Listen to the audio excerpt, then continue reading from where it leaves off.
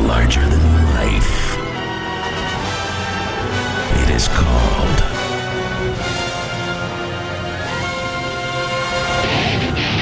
Texas high school football. Only one show can bring the greatest sport from the greatest state into focus. Lone Star Gridiron.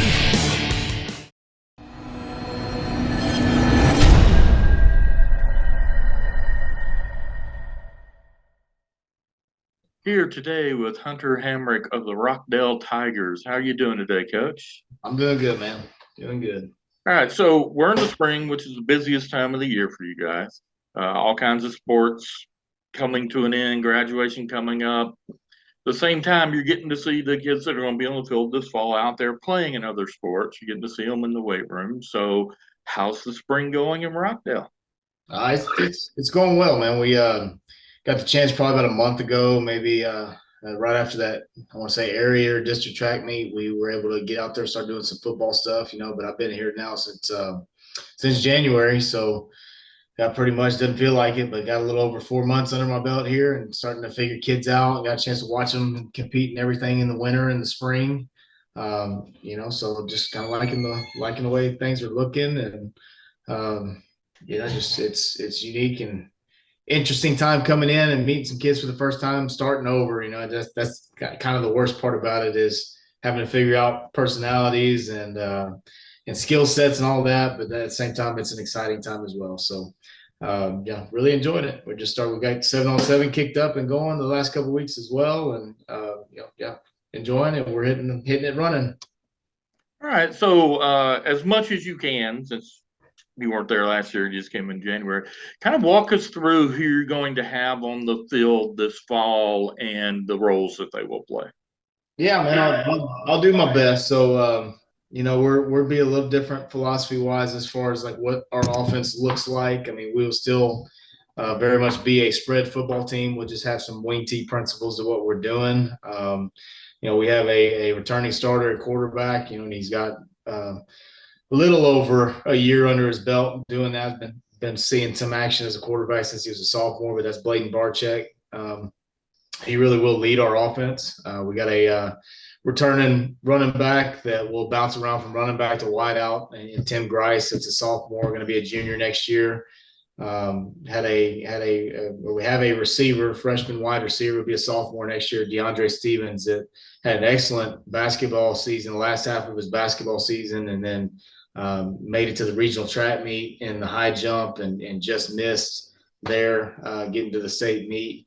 But he'll show up out wide for us. A tight end, Riley Spears, has got a very, very large frame for us and good athletic kid and hands. And offensive line right now is a little bit more of the question mark because we have some good looking kids that have a little bit more specialized on the defensive side of the ball or might have mixed in on offense or whatever, but played maybe JV football type things. But we have some frames, have some large kids up front that I think can make us unique and different. But Zacoby Anderson, I believe. I hope I'm not screwing all my names up right now. Now you're catching me, but he's going to be a junior. Was a starter for us last year. Mason Mishevitz was our center. He'll be a senior coming back. And Mason Willard was our left tackle. Those three guys are returning starters up front. And like I said, a lot of other guys up front that will mix in and see who's ready to step up in a couple of open spots we got. Defensively, man, we're in a bind a little bit as far as finding some linebackers. Kemar Spencer is one of our running backs / linebackers. Again, I'm already thinking of kids I forgot, but Kemar is going to probably start for us at Mike linebacker. He played, I guess, the last half of the season at linebacker last year. He'll start at Mike. We got a two stack linebackers. It'll be Isaiah Sauls and Riley Spears, who's our tight end right now. Those guys are penciled in, but we got to get some young ones that could step in and mix in there. Well, those two guys had to play as defensive linemen last year. So moving to linebackers is a little bit different. Our outside linebackers at this point are Cruz San Miguel, Carson Oaf, and Barczyk, a quarterback, will mix in out there. Kid named Zeke Castro, who looks really good. And then that's really kind of the door right now that we need who the best fit is. And secondary is kind of a revolving mix between Grice. The one I forgot offensively that is probably our best weapon, honestly, is Jaron Marrero. He will start probably at our free safety. And, DeAndre Stevens at wideout, a kid named Eric Shepard that will be a junior for us, will also play a lot of wideout, play in the secondary. So, a lot of good kids, man. Youth also. We do have some experience, but some of those young guys are bringing an experience with them as well that played as freshmen and sophomores last year. So, breaking down the look pretty good. We just got to get there. And then, of course, I forgot my defensive line, Chad David, man. And Chad is another one. We have a line of Davids that come through this town.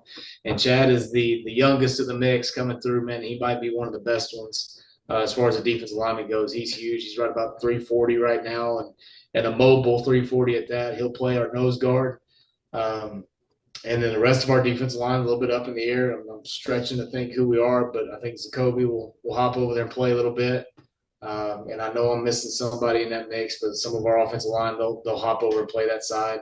AJ Sandoval's the one that started for us a little bit last year that'll play some D-line as well. So, like I said, some good-looking kids, exciting kids, and not overly senior heavy, which is encouraging for us as far as building for the future.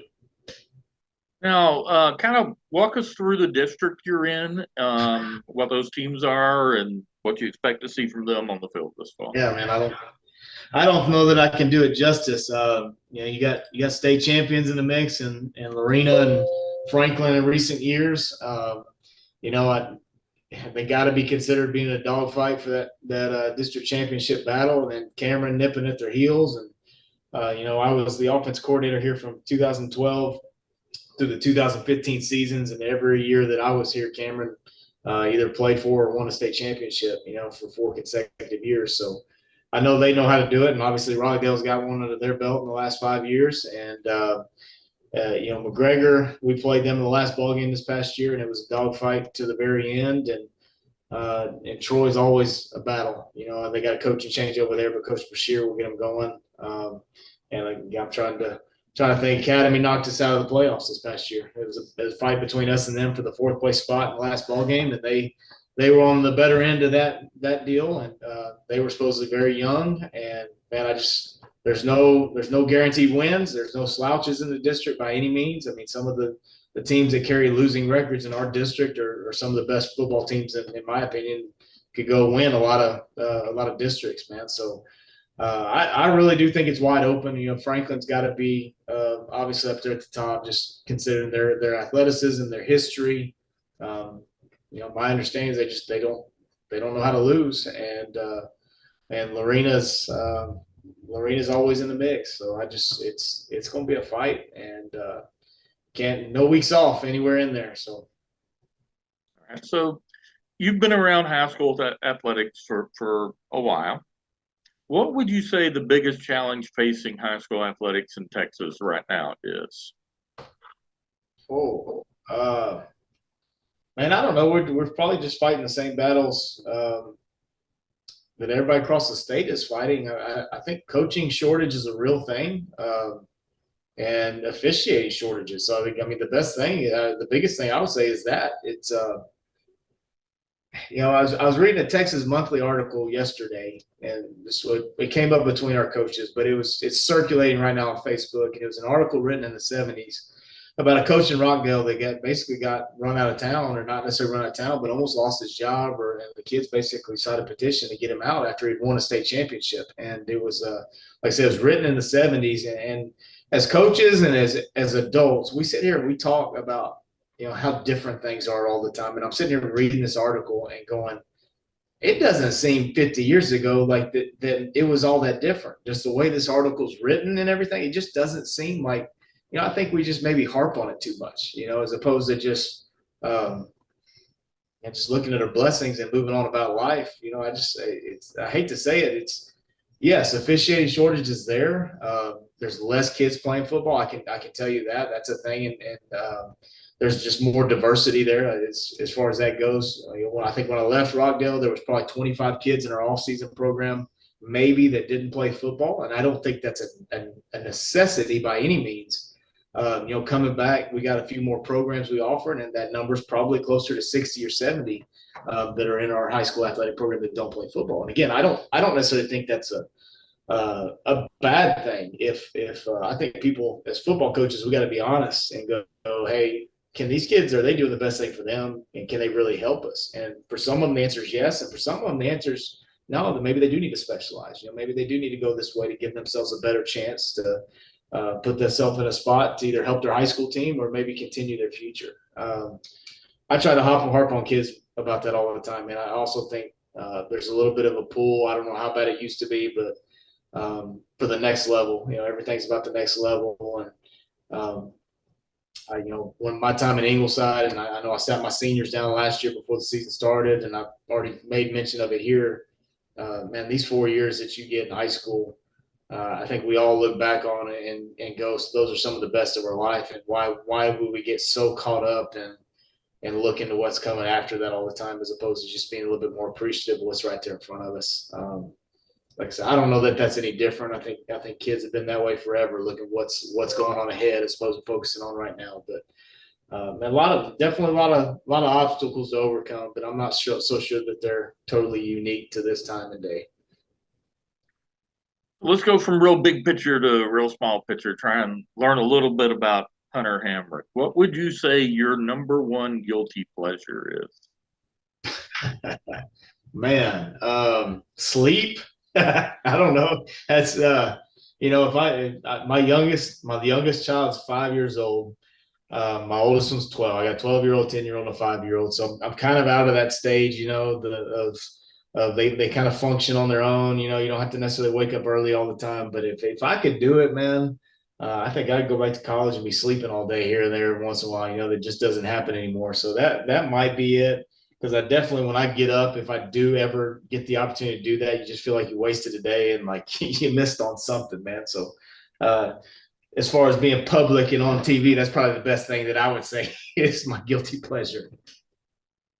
All right, Coach. Well, thank you very much for your time today. Best of luck because you wrap up the school year and move forward into the 23 season. Absolutely, man. Appreciate you having me on.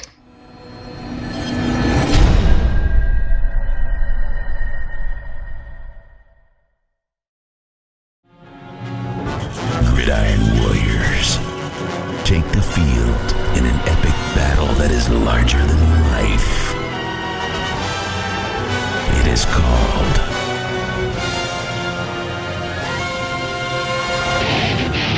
Texas High School Football. Only one show can bring the greatest sport from the greatest state into focus. Lone Star Gridiron.